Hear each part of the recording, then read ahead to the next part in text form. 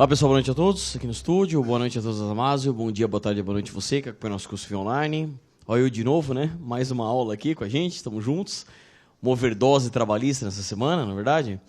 Hoje nós teremos a aula 6 de 10 de trabalho. E nessa aula veremos o tema remuneração e salário em todos os aspectos mais importantes.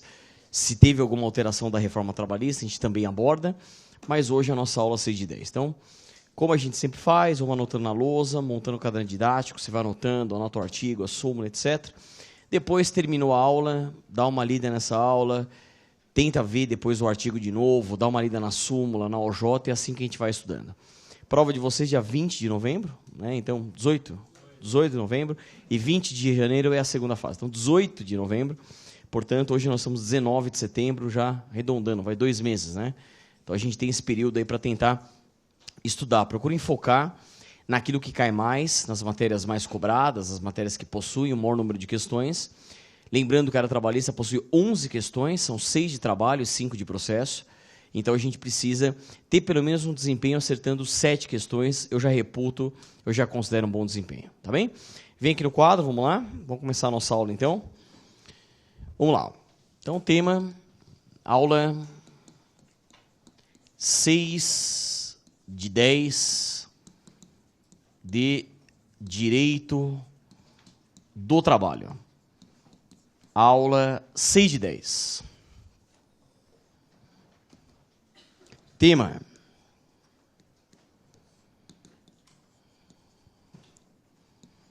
remuneração e salário.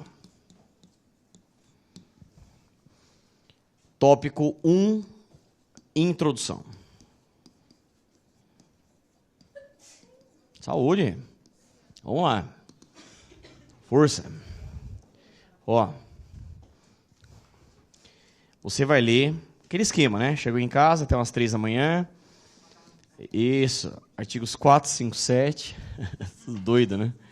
4, 5, 7 a 467 da CLT. Nós temos um capítulo na CLT direcionado à remuneração e salário. Não precisa nem falar se esse tema é importante, né, pessoal? O que vocês acham? Receber salário. Acho que é importante no tema, né? Importante trabalhar e receber o seu salário. Só que o tema, ele já começa problemático daqui.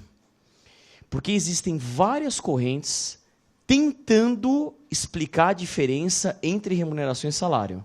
Veja, tentando. Porque é um pau só. Tanto que uma das correntes entende que remuneração e salário são expressões sinônimas. A CLT teve que optar por uma. E ela assim o fez. Então, quando você lê o artigo 457, caput da CLT, lá nós encontramos uma fórmula. E eu vou colocar essa fórmula no quadro. Uma fórmula mesmo. Tentando diferenciar a remuneração do salário. Deixa eu tirar essa cadeira aqui, ela só atrapalha. Vou pôr para cá, ó. Isso aqui, ó. Beleza. Vamos lá. Certo? Posso trocar de tela? Opa, vamos lá. Força, vamos. Chacoalha aí. Fórmula. Posso trocar? Tá procurando a caneta. Vamos lá, força. Boa noite. Leone Pereira. Aula 6 de 10 de trabalho. Hoje é dia 19 de setembro, quarta-feira, 19 horas, 8 minutos. Certo? Vamos lá. Força. Vamos lá. Remuneração é igual a salário mais gorjetas. É a melhor fórmula do mundo? Não necessariamente, mas eles optaram por isso aqui. Então, já olhando no quadro, remuneração e salário são expressões sinônimas? Não são. Remuneração é uma coisa, salário é outra coisa. Então, a remuneração envolve o gênero. Já o salário, quem que paga salário, pessoal? O empregador. Empregador com a ideia de contraprestação, com a ideia de retribuição. É uma contraprestação, é uma retribuição. E as gorjetas são oriundas da onde? De um terceiro. O cliente é um terceiro. Então veja, o salário entra na remuneração e as gorjetas entram na remuneração. Portanto, veja, existem algumas parcelas em que a base de cálculo é a remuneração e outras parcelas a base de cálculo é o salário. Então, vou dar alguns exemplos para você anotar. Quando o empregador vai pagar férias, qual que é a base de cálculo? Salário ou remuneração, pessoal? Remuneração. Entra gorjetas? Entra.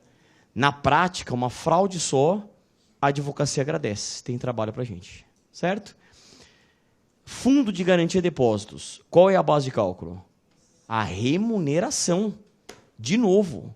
Não preciso nem falar na prática a lambança que é. A gente agradece, mais uma vez, muito trabalho para o advogado trabalhista.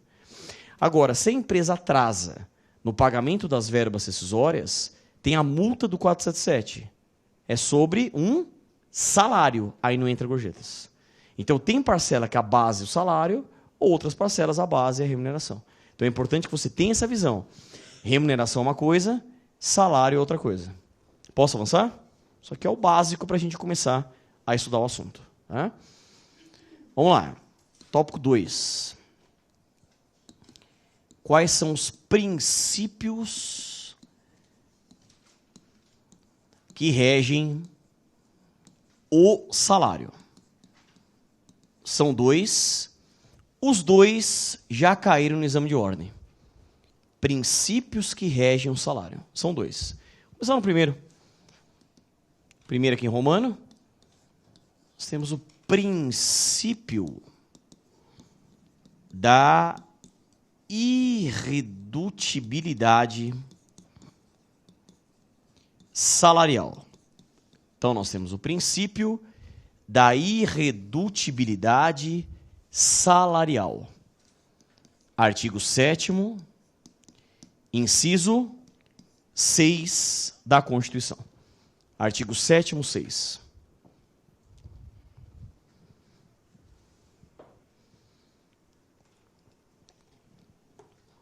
Pessoal, cuidado com a pergunta.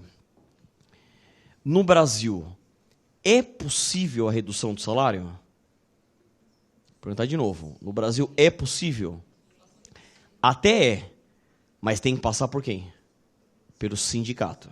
Então, anotem no caderno. No Brasil, somente é possível,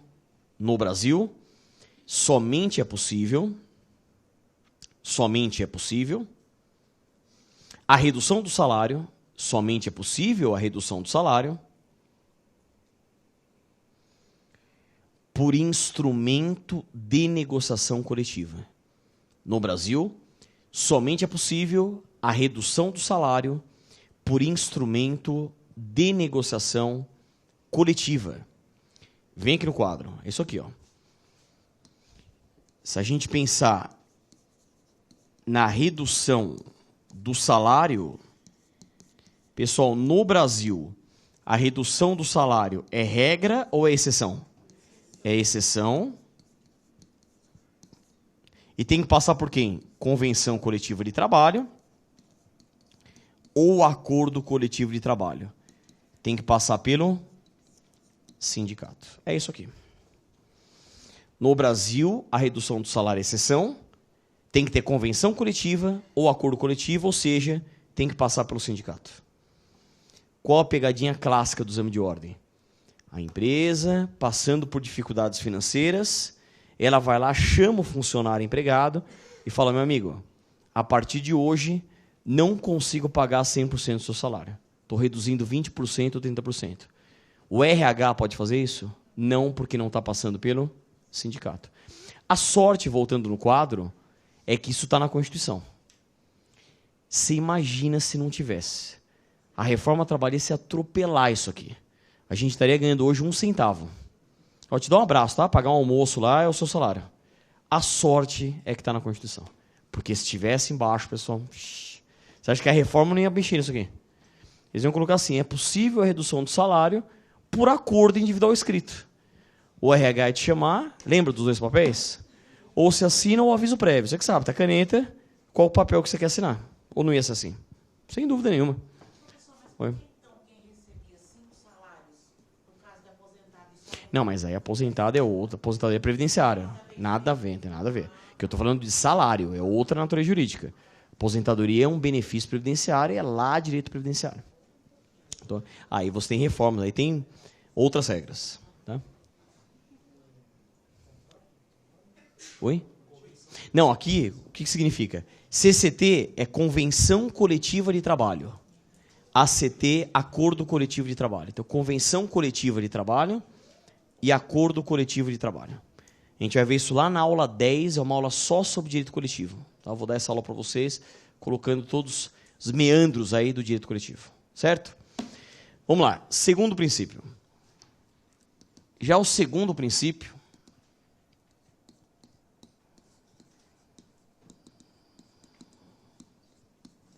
é o princípio da intangibilidade salarial. Princípio da intangibilidade salarial. Nós vimos a irredutibilidade e agora a intangibilidade. E a intangibilidade está prevista lá no artigo 462 caput da CLT. Artigo 462 caput, na cabeça do 462.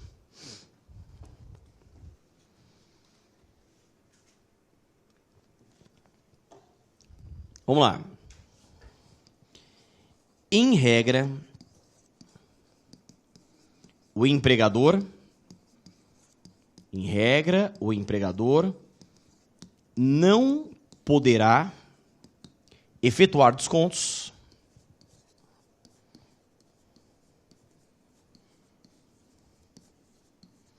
no salário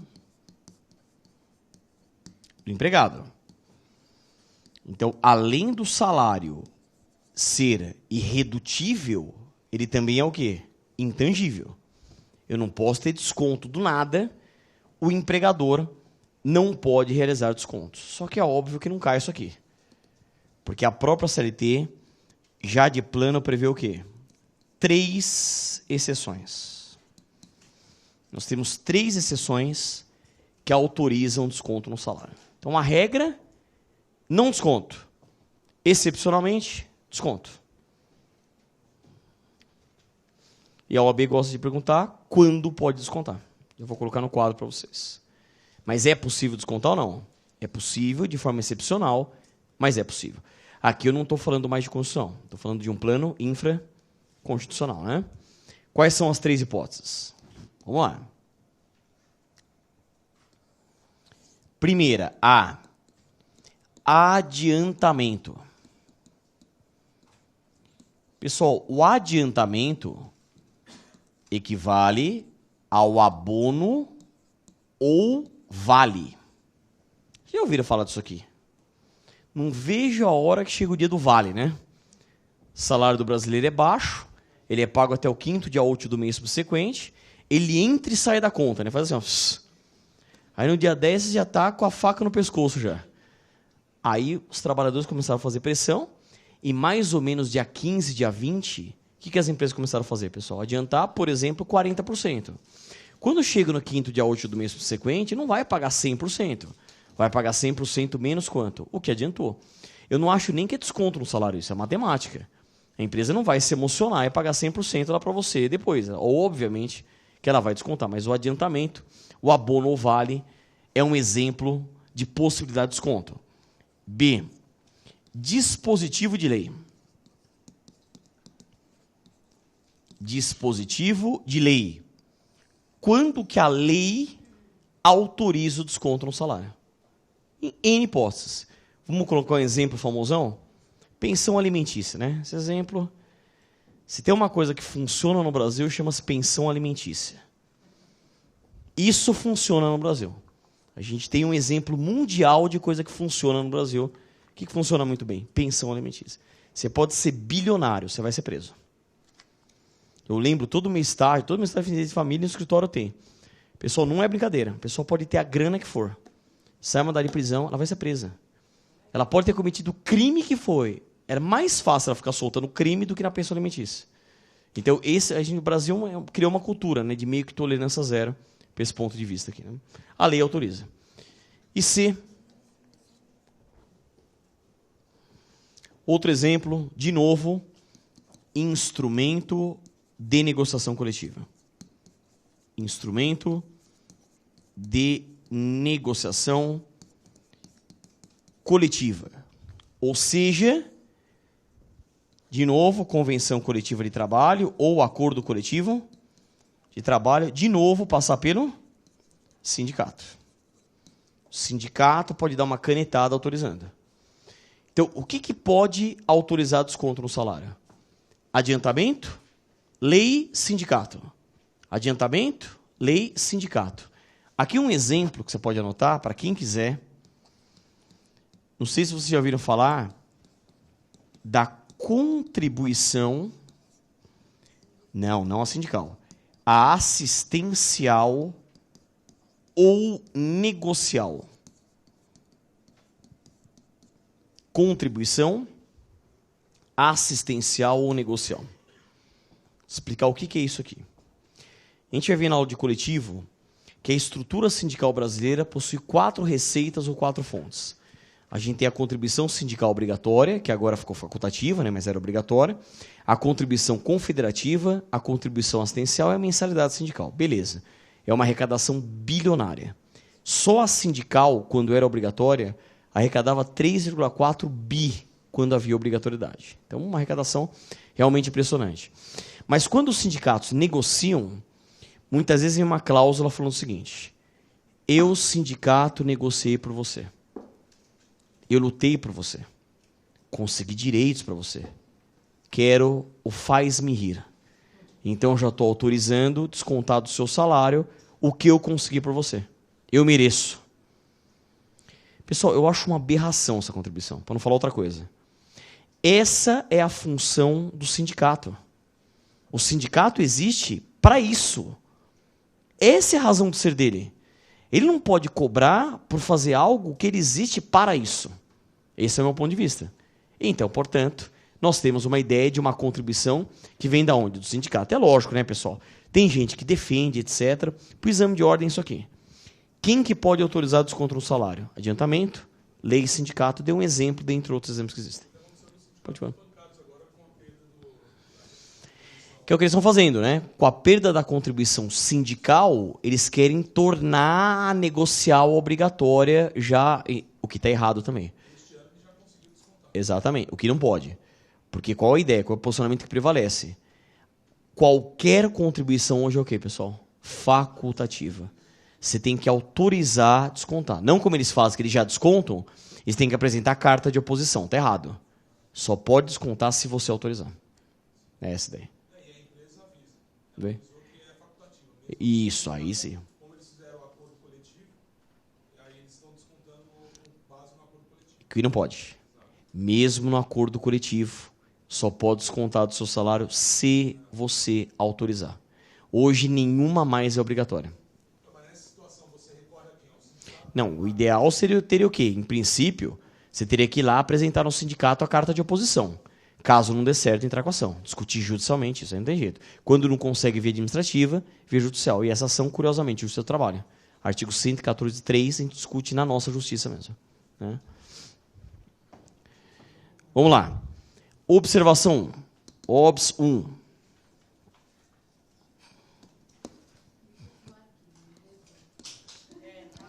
Observação. Artigo 462. Parágrafo 1º da CLT. E o 462, parágrafo 1º, ele autoriza o desconto no salário,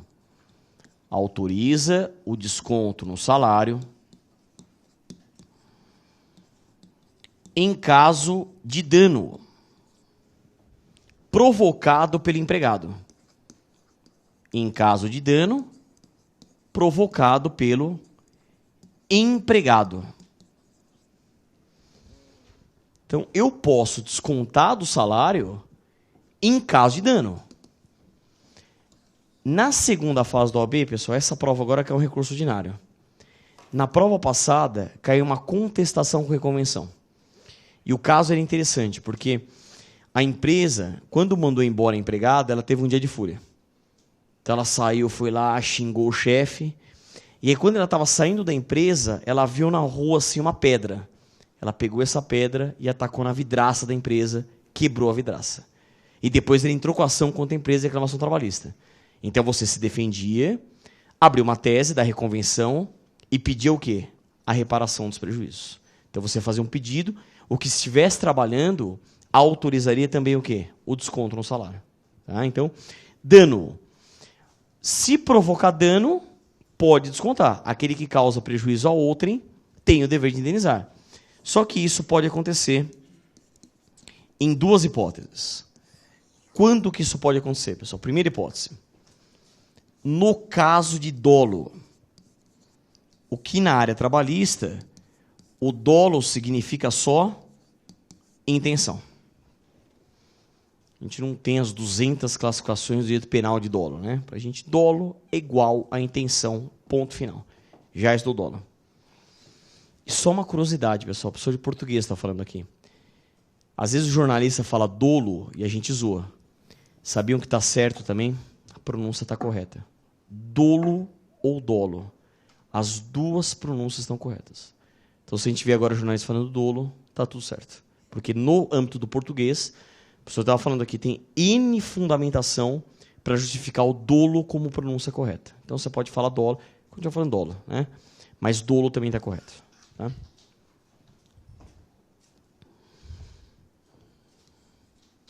Ou quando houver ajuste, acordo entre as partes.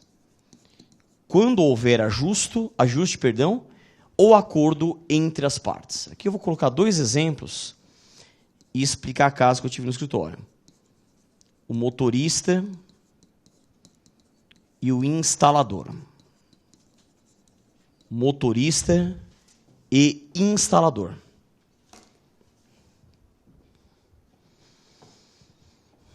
Um cliente meu, qual que era a função dele? Ele era um motorista da empresa. Inclusive, ele tinha que fazer entregas aqui no centro de São Paulo. E aqui no centro de São Paulo, a gente tem um problema grave, que é onde parar o carro. Né? A gente sabe que parar o carro no centro é um desafio. E a gente sabe o preço que custa parar no estacionamento.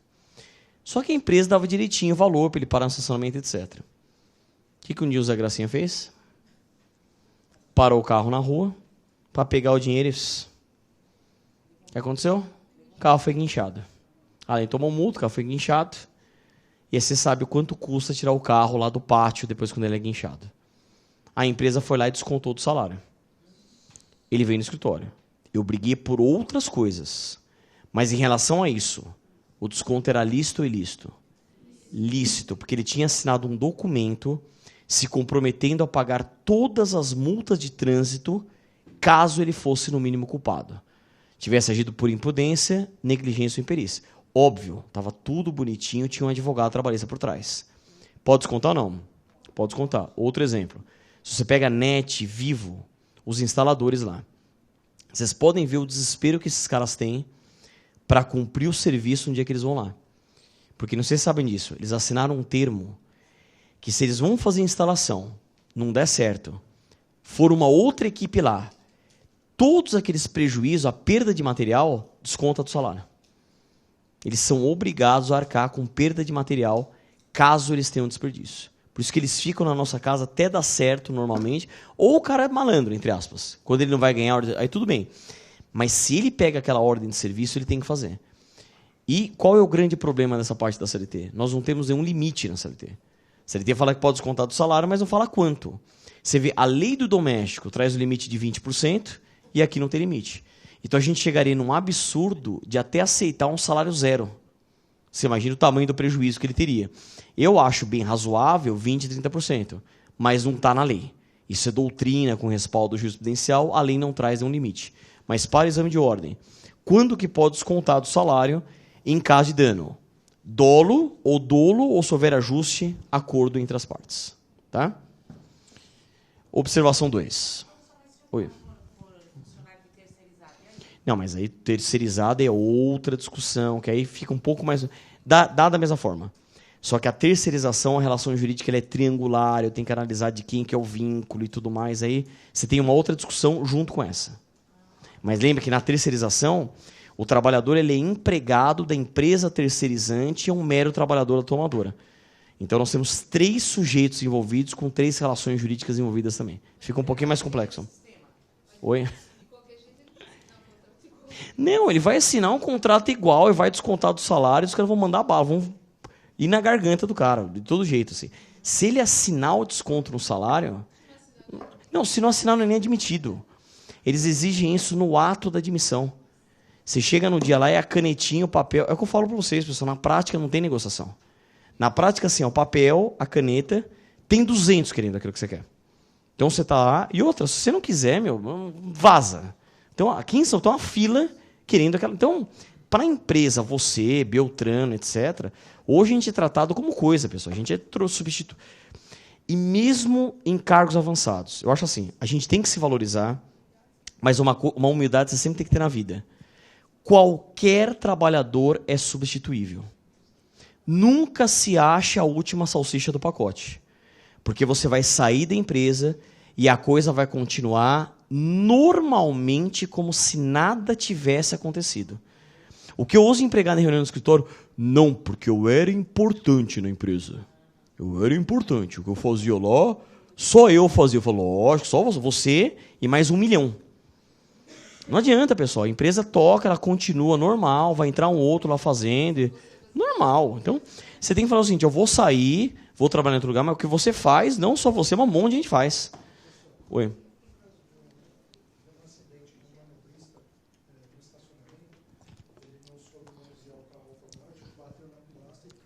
Isso. Então, aí tem que ver. Esse manobrista. Normalmente o manobrista também assina um termo autorizando descontar do salário se ele causa algum prejuízo. Não tem jeito. Então, é que tá. Aí tem uma outra discussão do quanto que pode descontar, se tem limite ou não. Mas já adianto, a CLT não prevê esse limite, infelizmente. A CLT deveria trazer um limite, mas não tem. Então vai ser uma briga que você, como advogado, vai ter que levar ao Poder Judiciário e tentar encontrar um meio termo nisso. Né? Vamos lá. Observação 2. OBS 2. OBS 2. Súmula 342 do TST. Súmula 342. Essa súmula também que é no exame, a súmula autoriza o desconto no salário nos casos de... Olha só. Assistência médica,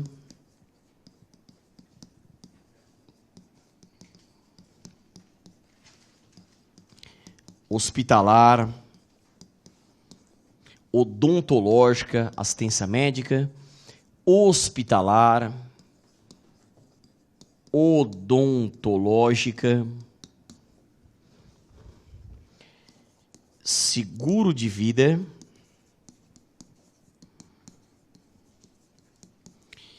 previdência privada, instituição recreativa, etc. Aquele monte de documento que a gente assina quando a gente entra na empresa. É desconto para não sei que plano, desconto para não sei o que, uma papelada só. E é aquilo que a gente fala, pessoal. Você não vai assinar? Naquele dia do RH, você não vai assinar? Acho que o pessoal teve dúvida, vou perguntar de novo. Você não vai assinar, pessoal? Com um monte de conta para pagar. Se for lá na minha conta, eu vou assinar, eu já não te contrato. Não, eu vejo no escritório, pessoal. Quando eu contrato, eu não quero discussão. Eu já estou oferecendo a vaga do jeito que eu quero no escritório. Eu já pensei. Não tem discussão. Entendeu, não? Não tem discussão. A vaga, nós abrimos. Quando a gente abriu a vaga, a gente já pensou no salário, no horário, etc. Eu quero alguém que cumpra esse perfil. Se você não atende, eu vou buscar uma outra pessoa que atenda esse perfil. É um contrato de adesão. 19 mil, pensa bem. Com mais uma viagem no ano, mais um carro do ano, mais não sei o quê. Plano de saúde, One Health, Black, Platinum, não sei o quê, né? Mas eu falo assim, mas é verdade, a pessoa na prática, quando ela trabalha com contrato de adesão, né? Tem uma vaga que você vai lá ou se adere ou você está fora, né? Mas nesses casos, ciência médica, hospitalar, odontológica, seguro de vida, previdência privada, tal. Esse desconto é lícito ou é ilícito? Esse desconto ele é lícito, só que detalhe. Tem que preencher 3 requisitos cumulativos.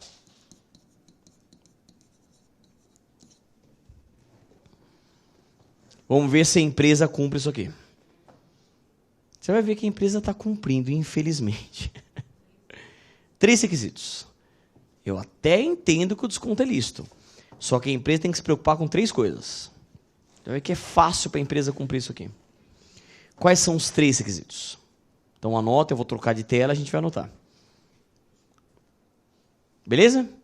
Vamos lá. Então nós temos... Primeiro requisito, A. Autorização prévia. B. Autorização por escrito. E aí veja, C. Sem vício de consentimento. A gente começou a bater nisso aqui, ó. Eu já vou complementar. Autorização prévia, autorização por escrito e sem vício de consentimento. Na prática, pessoal, ela é prévia, sim ou não? Sim. Prévia, por escrito? Por escrito. O que restou para advogado trabalhista? Bater nesse último. O que a gente começou a fazer? O trabalhador é hipossuficiente, a parte mais fraca, foi obrigado a assinar o papel. Então, eu presumo a fraude. E a empresa que tem que provar que não houve fraude. Aí surgiu a dúvida. Eu presumo a boa-fé ou presumo a fraude? Um pau só. A questão chegou no TST. O TST se posicionou. O TST soltou o OJ 160 da SD1 do TST. Vou ditar o texto. OJ 160 da SDI 1 TST.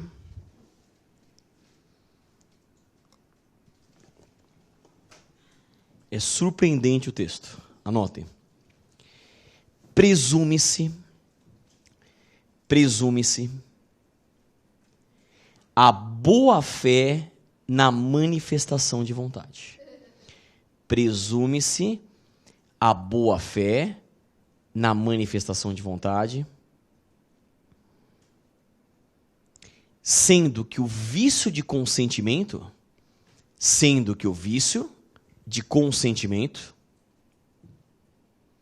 então presume-se a boa-fé na manifestação de vontade, sendo que o vício de consentimento deverá ser comprovado pelo empregado, sendo que o vício de consentimento deverá ser comprovado pelo empregado. Deverá ser comprovado pelo empregado. Pessoal, como que o empregado vai provar isso? Seja bem-vindo à advocacia trabalhista, né? Na prática, eu lembro de um caso que tive no escritório, o juiz falou o seguinte, ele colocou na sentença, ele falou, olha, não é que eu concordo, mas o argumento dele. A gente não conseguiu provar a fraude. E como tinha desconto, infelizmente o desconto foi considerado, nas discussões, o desconto foi lícito. E vem assim na sentença. Aqui em São Paulo é a cidade que mais oferta trabalho no Brasil. Isso é uma verdade. Ninguém pôs uma arma na cabeça do empregado para trabalhar naquela empresa. Então, se ele aceitou e assinou, é porque ele concordou com aquilo. E ele colocou lá, não tive nos autos nenhum elemento que levasse à conclusão na sentença. A fraude, nesse caso. Ele assinou. Está a assinatura dele. Ele poderia não ter assinado. Ele poderia ter ido trabalhar numa outra empresa. Como ele aceitou, ele anuiu. Se ele anuiu, o desconto é listo. OJ, 160. Como é que vai reverter isso aí, pessoal? Não tem. Como é que você vai provar a fraude? É aquele papel. E outra, posso te falar na prática? A depender de quanto tempo o cara está desempregado, ele está tão desesperado para começar a trabalhar e pagar as contas, você oferece, onde tem que assinar? A gente já não lê muito, o brasileiro já não é de ler. Ainda se precisando de emprego. Tem mais algum papel? Pelo amor de Deus, quando que eu começo a trabalhar? Preciso receber salário para pagar as contas. Né? Não adianta. Agora, então agora. Já. Então, quais são os dois princípios que regem o salário, pessoal? Irredutibilidade salarial e intangibilidade. Fechamos? Vamos lá agora. Tópico 3 da aula. Vamos falar das fórmulas que regem o salário. Fórmulas que regem o salário. O tópico 2 eram os princípios que regem o salário. Agora veremos as fórmulas que regem o salário. Nós já conhecemos uma fórmula que é a remuneração igual ao salário mais gorjetas, né? Então vamos lá, primeira fórmula, colocar assim, ó, A salário é igual ao salário básico ou salário base mais as parcelas sobre salário, que a gente chama também de complementos salariais. Salário igual ao salário básico, salário base, mais parcela sobre salário, complementos salariais. Parece besta isso aqui, mas vou dar uma repercussão só para você entender. A base de cálculo do adicional de periculosidade é o salário básico. Portanto, nenhuma parcela sobre salário entra no cálculo. Eu já vou dar o que é isso. Então, é importante que você saiba o que é salário, o que é salário básico e parcela sobre salário. Sim. A ideia básica é a seguinte. Nós temos um núcleo, que é o salário básico. Aí nós temos uma gordura aqui fora, parcela sobre salário. Tudo isso é o quê? É o salário. Então eu tenho um núcleo duro e eu tenho essa camada por fora. É sobre salário porque está fora do salário básico. Mas junto com o salário básico, tudo isso eu falo do quê? De salário. Isso é uma importante característica do salário. A doutrina fala, isso para quem quiser anotar, que o salário possui natureza composta. Por isso que não é simples estudar salário, porque ele possui natureza jurídica composta. Várias parcelas que representam o quê? O salário. Eu já vou explicar isso aqui. Eu só quero que vocês entendam as fórmulas por enquanto. Então, salário não se confunde com salário básico. Salário é uma coisa, salário básico é outra coisa. Isso se aplica naquelas comissões? Chegaremos em comissões. O comissões é um dos pontos que tem que cair. Inclusive, a reforma trabalhista tentou mexer, mas não conseguiu. Eles mantiveram, pelo menos, a natureza jurídica das comissões. A gente tem dois tipos de comissionista. A gente tem o comissionista puro, que só recebe comissões, e o comissionista misto, que tem a parte fixa e a parte variável. Né? B. Agora, o que é o salário básico? Vamos lá. O que é o salário básico, também chamado de salário base? É igual ao salário em dinheiro mais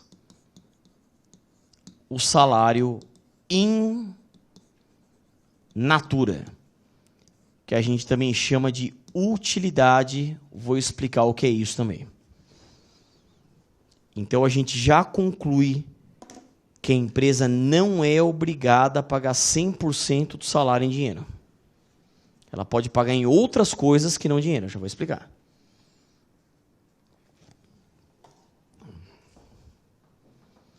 Então, você vê como você vai desmembrando o salário, né? Então, vamos voltar, eu já volto na fórmula. O que é o salário, pessoal? Salário é igual ao salário básico, mais parcelas sobre salário. E o que é o salário básico? Salário em dinheiro mais salário in natura.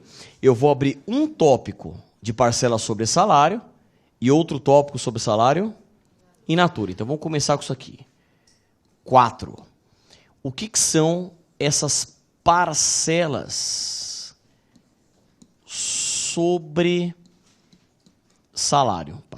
Faltou um S aqui. Sobre salário. Que é o que a gente chama também de complementos salariais. Parcela sobre salário. É importante que você estude o artigo 457, parágrafos 1º, 2º e 4º da CLT, fruto da lei 13.467, 2017, a reforma trabalhista. Eu vou ditar uma frase e depois passar o decoreba, mas vamos pensar juntos. Se essa reforma trabalhista ela é empresarial, o objetivo da reforma foi aumentar o que é salário ou diminuir o que é salário? Diminuir o que é salário. E aumentar o que é o quê? Indenização. Então, eles achataram o salário e diminuíram o quê? A indenização. Então, tudo que você pegar de questão da OAB que cobraram isso, as questões estão o quê? Desatualizadas. Porque eles mudaram isso. Então, anotem isso no caderno. A reforma trabalhista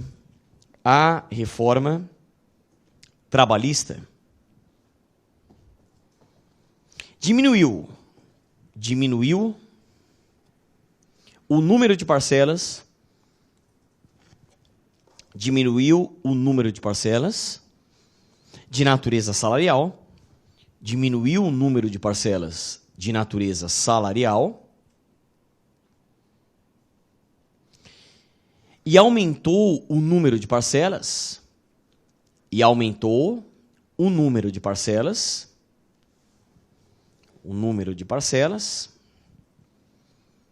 de natureza indenizatória e aumentou o número de parcelas de natureza indenizatória. Eu achato salário, subo indenização. Só que veja como eles aprovaram de forma sodada isso aqui. Pessoal, esqueceram de avisar para o governo um detalhe básico. Se a parcela tem natureza salarial, nós também temos a incidência de contribuições previdenciárias e imposto de renda. Então, se eles diminuíram o salário, é o feitiço virando contra feiticeiro. O que diminuiu, pessoal? A arrecadação previdenciária tributária. Sem um dado estatístico, eu estava lendo, quanto que a Previdência Social perdeu de arrecadação por causa dessa brincadeira? 43%, quase 50%. Então agora dá para falar que a Previdência está quebrando mesmo. Se não estava, agora com certeza. Aí o governo falou, nossa, acontece isso então. É importante nomear uma comissão de juristas, pessoas que manjam, não curiosos, para implementar uma reforma dessa. Se tivesse escolhido uma equipe top, Paulo, com todo respeito a quem fez, mas não passou por discussão pela sociedade, não passou pela magistratura, Ministério Público, nomeia uma comissão de notáveis, de juristas, eles iam alertar o governo, eles iam fazer de uma outra forma, ia ser diferente. Mas não, aprovar toque de caixa, fica mequetrefe desse jeito. Né? Vamos lá. Então, não só a reforma da Previdência. Eles querem fazer a reforma trabalhista de novo. Todos os presidenciáveis apresentaram propostas trabalhistas. Saiu até no Estadão da semana passada. Eles colocaram assim, propostas trabalhistas de cada presidenciável. Então, por ano que vem, qualquer um que vence as eleições, a gente vai ter mais mudanças trabalhistas. Vai mudar de novo. Eles vão mudar. Todos eles já apresentaram. Vamos lá.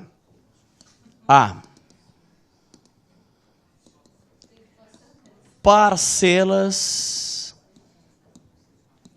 que integram o salário. Parcelas que integram o salário.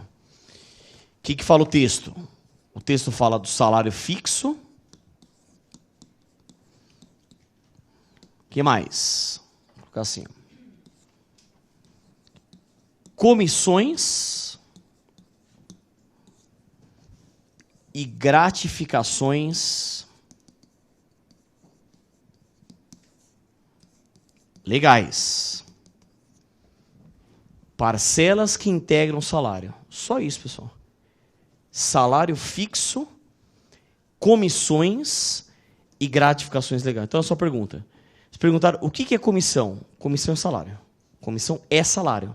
Integra o salário. É uma parcela sobre salário, porque eu tenho salário fixo em tese, mais comissão. Agora, se o cara é comissionista puro, ele só recebe comissão. Eu lembro, pessoal, assim, o mercado que sentiu muito isso com a crise foi o mercado imobiliário. Então, a gente teve corretor de imóveis que ficou, sem um ano fazer uma venda de um imóvel. E aí, qual é o problema para as empresas? O sistema fala que o comissionista puro, a empresa é obrigada a garantir o mínimo e não pode descontar depois. O que as empresas fizeram? Rua. Não vai ficar arcando com um cara desse que não consegue fazer venda. Então, é muito complicado o comissionista puro, entende? Eu sempre recomendo misto, porque eu tenho uma parte fixa e a parte variável, pelo menos asseguro fixo para o cara.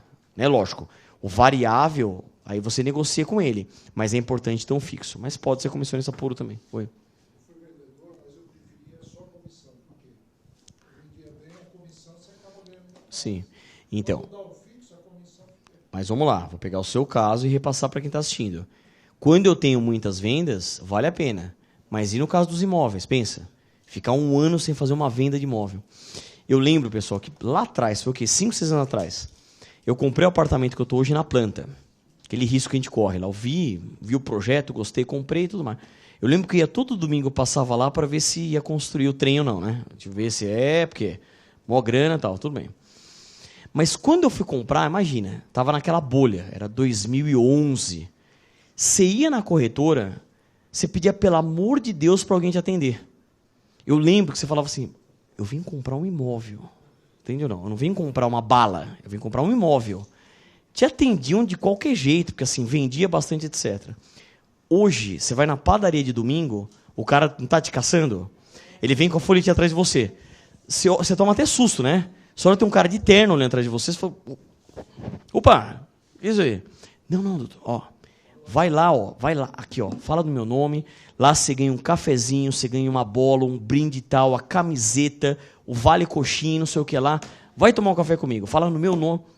Você fala, nossa, como mudou, né? A lei da oferta e da procura, como muda, né, a situação, né? Então, vamos lá. B, parcelas que não integram o salário. Parcelas que não integram o salário. Não integram o salário. Você vai ver como o ROI é grande, né? Óbvio, né? Eles aumentaram. O que é indenização? Então, vamos lá. Deixa eu só colocar uma observação, deixa eu puxar um pouquinho para baixo. Deixa eu fazer de novo aqui. Que eles colocaram uma informação que a gente tem que destacar. Eu vou colocar assim, ó. Aqui, ó.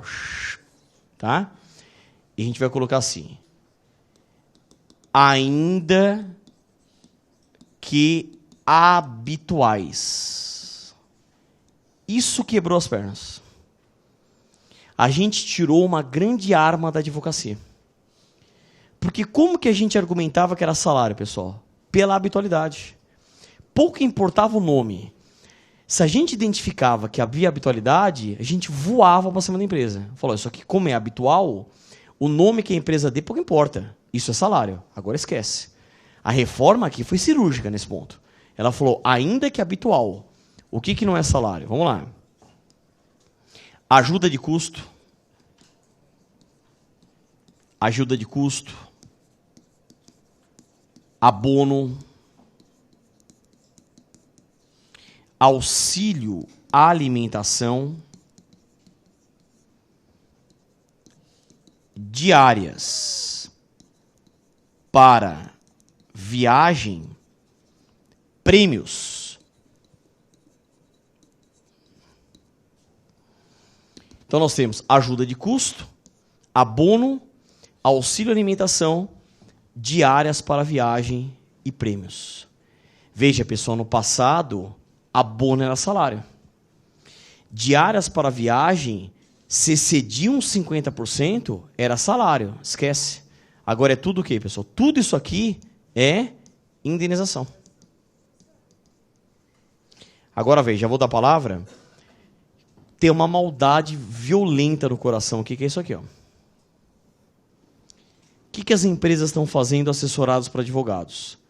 Trocando o nome de qualquer alimentação para o quê? Auxílio alimentação. Então teve uma empresa, que eu não vou falar o nome, que ela dá vale-refeição para os trabalhadores. Depois da reforma está dando auxílio alimentação. Por que será? Se o cara entrar com ação, qual é a defesa da empresa, pessoal? Não, só um auxílio alimentação. Agora está na reforma. É indenização e não mais salário. Entenderam ou não? Essa parte foi cirúrgica. Aqui a reforma trabalhista foi ninja. Porque a ideia era diminuir encargo trabalhista. O governo se lascou. Mas eles conseguiram diminuir encargos trabalhistas aqui sem dúvida nenhuma. Né? Pode falar. Eu agora. Nossa, quando o aluno pede intervalo, realmente é para pedir intervalo. Então deixa eu dar um intervalo, porque uma aluna aqui, a anotadora da turma, pediu intervalo. Veja só. Então, esse é o empenho, é o comprometimento com a matéria. Então é isso, pessoal. Então vamos fazer uma pausa e a gente já volta até daqui a pouco.